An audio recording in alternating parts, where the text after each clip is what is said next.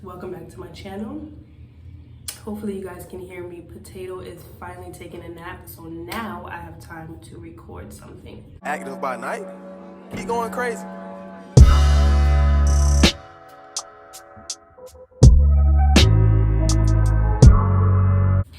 Last week I was completely so I did not upload at all. But this week I'm feeling a whole lot better. Got my water and I'm ready to record. And even though I had videos because I had batch recorded before, you guys ever have moments where you look at yourself and you're like, this not it. Let's rewind all the way back, and I wanted to start right here. Today we're going to be talking about my spiritual journey. We're going to be talking about how it's been going, how it started, and everything in between.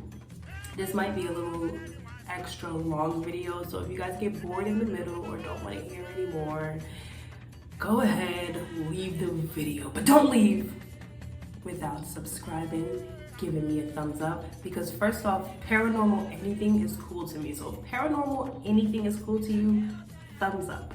I want to say I started my spiritual journey way before I had my son. My son is now 4 years old, so I probably started, I want to say 3 years before I had him. I had him in 2016. 2013 is when I actually started consciously my spiritual journey. Now, if you guys have Haitian friends or are aware of any Haitian spiritual people on TikTok, you realize that yes, it is said that Haitian people are already born with their third eyes open, just like children. Children are born with their third eyes open. That's why they're so open to seeing everything. I was about to say something else, but that's why they're so open to seeing everything, just like animals, just like people who already have the gift of sight. Kids already have it because they're still in that innocent phase of life. If you guys hadn't already known. You don't have to be born on Haitian soil in order for your third eye to be open when you're born. A lot of the times when the loi or the spirits reclaim you or they claim you for themselves, you are already born and sent into this world with your third eye open. I happen to be one of those people who were claimed by the loi. From childhood, I was able to see, and seeing and hearing, or hearing and not being able to see, is pretty freaking scary for any kid. If you can think about the most scariest horror movie or horror story tale, Midnight Tales or whatever, when you were a kid that terrified the living shit out of you, do that times 3, okay?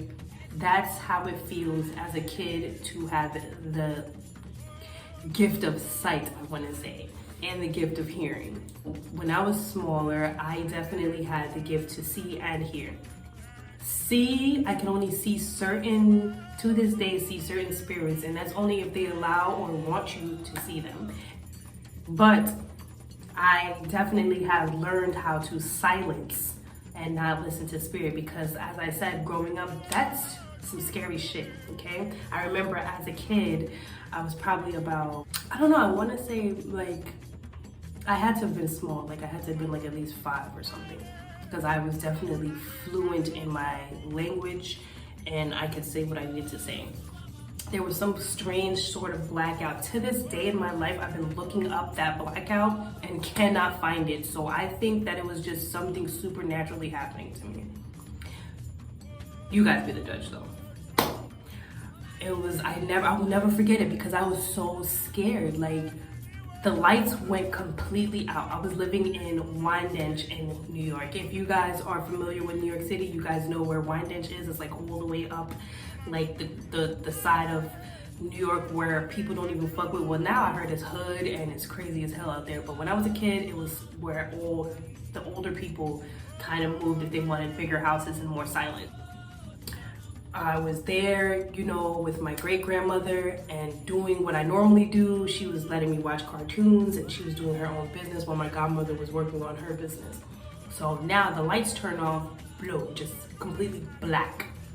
And when the lights turn off, all I heard, I kid you not, and it scared the shit out of me, I heard a really diabolical, maniacal laugh, and it was so scary. It was just like, it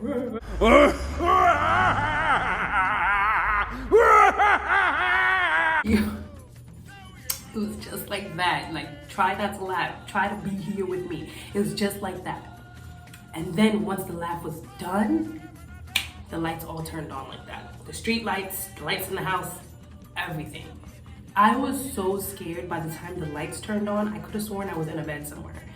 It was the freakiest thing ever. I kept trying to replay it in my mind as a kid, like, did this really happen? Did that really happen? Did this really happen? Did that really happen? And it was just freaky. Ever since then, for some reason, I just knew that I had to figure out how I was not gonna be scared anymore.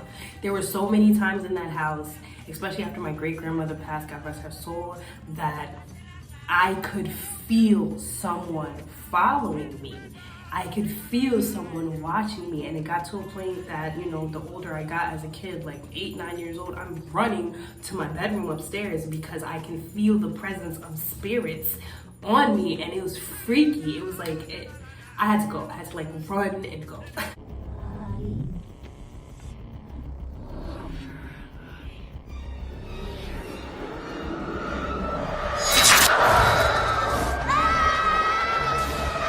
I spent a couple of years doing that at my godmother's house. The reason why she has so much paranormal activity in all of her homes is because my godmother was a powerful mambo. Now, for all my new people who are starting to get in or want to do research on different spiritualities, in Haitian spirituality, a mambo is a high priestess. That is the highest form that you can go. A little bit higher, I think there's something above them, but mambo is like up here, along with Ugo.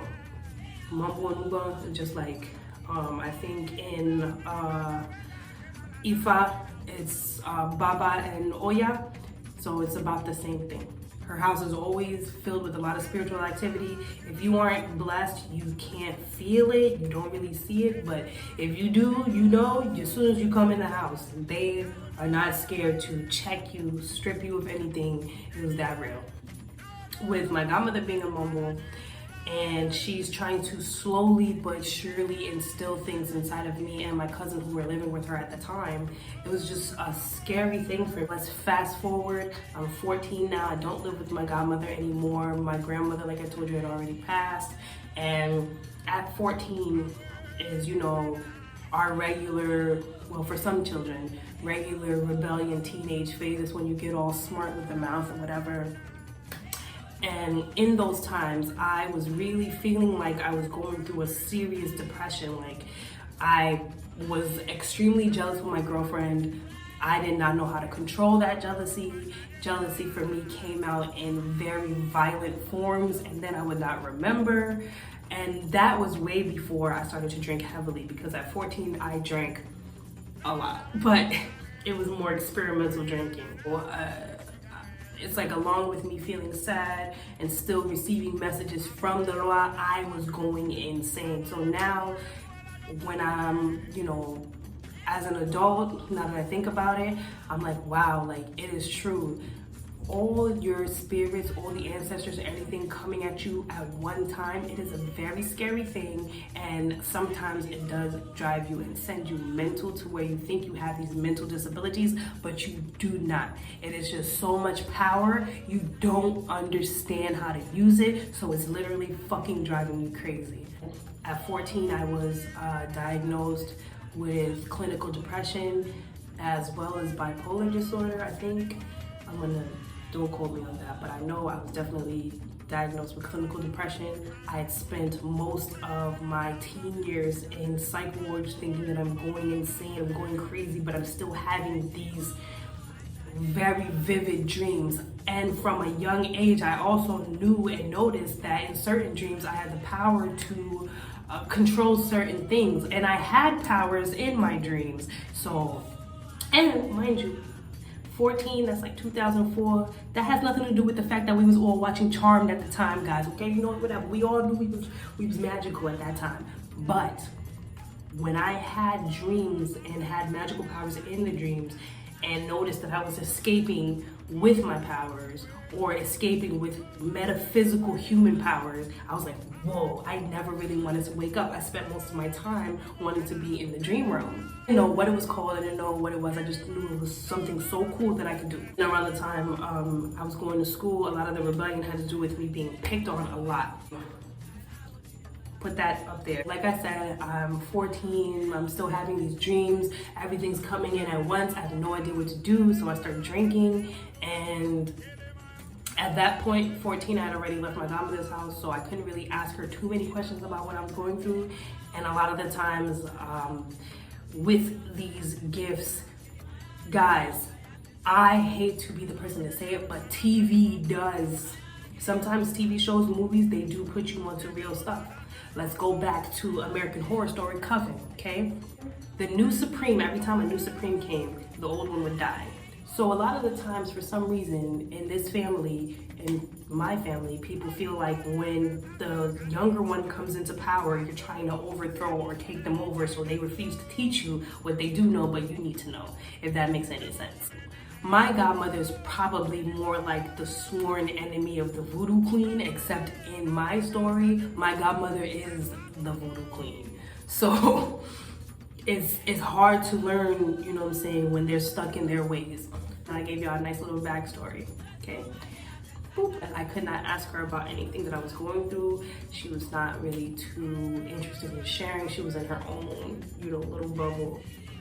Now, fast forward, for those couple of years going on, I was doing okay, but I can still feel on the inside that I had some kind of sadness or whatever. Didn't really know where it was coming from. As the years went on, fast forward, now I'm 17 years old. 17 years old was when my dreams, or my cousin and my aunt, they like to call them prophetic dreams. And I'm sorry for doing this, but it's only the air quotes so that you guys know what I'm talking about, unless I put the words up here, prophetic dream. The prophetic dreaming, it started to get more and more intense as I got older. As I got older though, at this time, I've already figured out how to, in some ways, silence the spirits, so that way I'm not freaked the fuck out. At this point in my life, I'm 17, I'm traveling, and I'm getting so many visions, but a lot of the times the visions are about people within my circle, around me, and at 17, they started to come only when bad things were happening. I probably got a couple of visions about my friends, like, it was not really hard to differentiate what they were trying to tell me. I remember for one time I had a dream about one of my friends, and I saw her in the dream arguing with another woman, but I could not see the other woman's face. Fast forward in my adult life, me and this friend were arguing in the same house that I saw us in. The irony, wow. And we are now not friends today. When you see someone saying spirit will, or the spirits, ancestors, anyone will do whatever they can to remove somebody from your life if you are not understanding that they are not supposed to be there, oh, they gonna do it, baby. They gonna do it. And the lesson you learn while you're learning the lesson is going to be real. In the time that I am now, it's about 9.5 years into my spiritual journey, and I am still learning, still healing, because when I first started my spiritual journey, I'm doing the work, but I wasn't doing the work to change. And now that I'm finally in a state where meditation works for me and I understand it and it's helping me to speak with my higher self, I also speak with my higher self through my tarot cards. which I also figured out through my spiritual journey that divination is something that one of my ancestors wanted me to grasp onto. Now I use divination to not only talk to my ancestors, not only talk to my spirit guides, and also of course read for other people, but now I'm also able to branch out and now not only read regular tarot cards but voodoo tarot cards as well. Your journey will take you to different paths and open up different paths for you.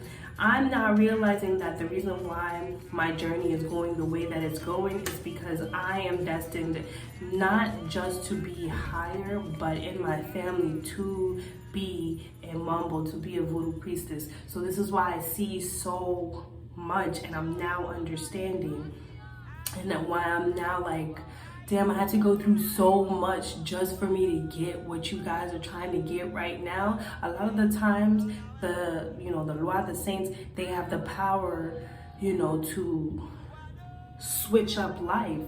They have the power to change up things. They have the power to make you see things, and they have the power to give and take away, just like any other spirit in any practice. Like I said, I am about 9.5 years in, and I now have another child. I feel like I'm now understanding that each childbirth gave me a different kind of spiritual awakening. I probably needed it at the time, but I was not paying attention. I didn't understand it, so it was hard for me to get the message. Now that I am reaching a level of understanding, my mind is like, because it's so crazy. These are so many things that I could have picked up back then and I could have learned, but I was not prepared, because I was unwilling to learn from the people and the things that were happening to me in those times. I was not only battling myself, my mind, and the spirits, along with my power. It is just, so now I'm just starting to realize that maybe all the constant overthinking that I was doing is just me not dealing with anything. I hope you guys enjoyed learning about my spiritual journey, how it is still currently going, how it has opened the doors for different things in my life. Please don't hesitate if you have any kind of questions. I am always on social media talking about this stuff. I am the weird Haitian spiritual friend that is always connecting different things. My practice is not like every other Haitian spiritualist. My practice is very different. If you like what you see, you're more interested, you want to know more about my practice, please do not hesitate to subscribe and meet me back here. I post every Sunday and Thursday. Sunday and Thursday, why? Because Sunday is the day of Dambala, and that's the day that I do work for Dambala on Sunday. And Thursday is the day of Ezuli Freda, and that is the day you do work for Freda. So while you do work for Freda, why not post on the days that you do work? Because this is working, right? We working, we making our dreams come true. All right, y'all? Peace, many blessings, and real shit.